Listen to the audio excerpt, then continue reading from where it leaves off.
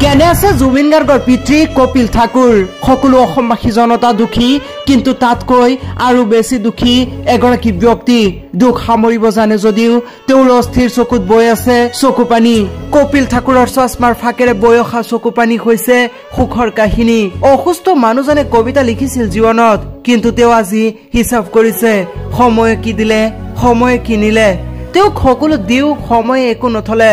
প্ৰথমে লৈ গল আধা বয়সতে ছোৱালীজনীক এক দুৰ্ঘটনাত পতিতকৈ মৃত্যু হৈছিল জংকি বৰঠাকুৰৰ জংকি আছিল জুবিন গাৰ্গৰ জ্যেষ্ঠ ভগ্নী ইফালে জংকিৰ মৃত্যুৰ পূৰ্বে কপিল ঠাকুৰৰ প্ৰিয় সংগী তথা জুবিন গাৰ্গৰ মাতৃ ইলি বৰঠাকুৰ অৰ্থাৎ জুবিন গাৰ্গৰ মাতৃৰ মৃত্যু হৈছিল জংকিৰ মৃত্যুৰ পূৰ্বে তাৰ পাছতে জীৱন নতুনকৈ আৰম্ভ কৰিবলৈ লওঁতেই সময়ে লৈ গল জীৱন বৰঠাকুৰক যাক সকলোৱে চিনি পাও জুবিন নামেৰে অৰ্থাৎ জুবিনৰ প্ৰকৃত নাম জীৱন বৰঠাকুৰ আৰু এতিয়া জুবিন গাৰ্গৰ পিতৃ কপিল ঠাকুৰ আজি তেওঁ অস্থিৰ অকলশৰীয়া ৰোগীয়া ভিতৰে ভিতৰে কান্দিছে হাহাকাৰ কৰিছে মন